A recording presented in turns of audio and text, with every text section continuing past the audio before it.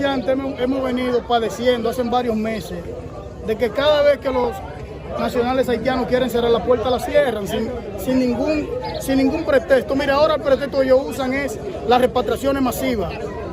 Estamos hablando de que la repatriación es un asunto de soberanía nacional, de que nos favorece a todos los comerciantes, a todos los dominicanos nos favorece esa parte de que haya repatriaciones, de que no se haga de manera violenta. Nosotros no estamos en desacuerdo con eso, pero de que se hagan estamos de acuerdo y estamos 100% de acuerdo con eso. Con relación al mercado, cada vez que ellos entienden que hay que cerrar la puerta, la cierran sin nada a cambio, señores.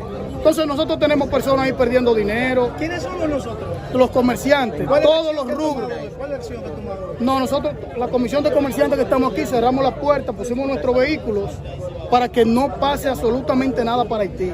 Ellos quieren cerrar la puerta por 3 meses. Nosotros estamos dispuestos a cerrarla por 6 meses.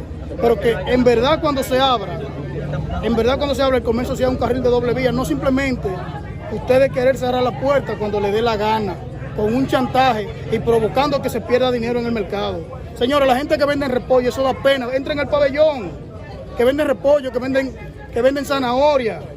La gente que vende Toyota, ¿cómo tienen eso? Tuvieron que dejar la mercancía botada. ¿Por qué? Porque cerraron el mercado el viernes y no se pudo vender. Entonces ya nosotros, el chantaje se acabó.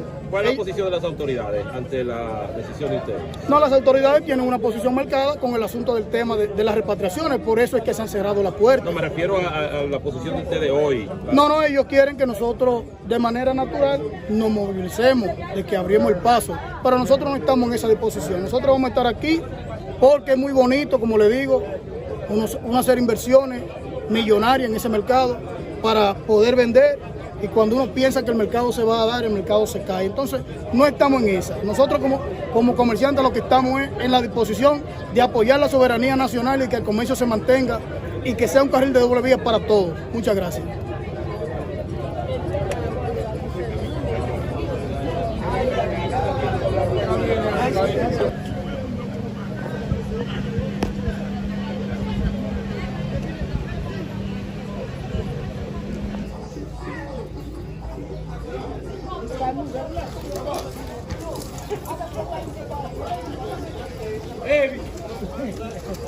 Mételo así,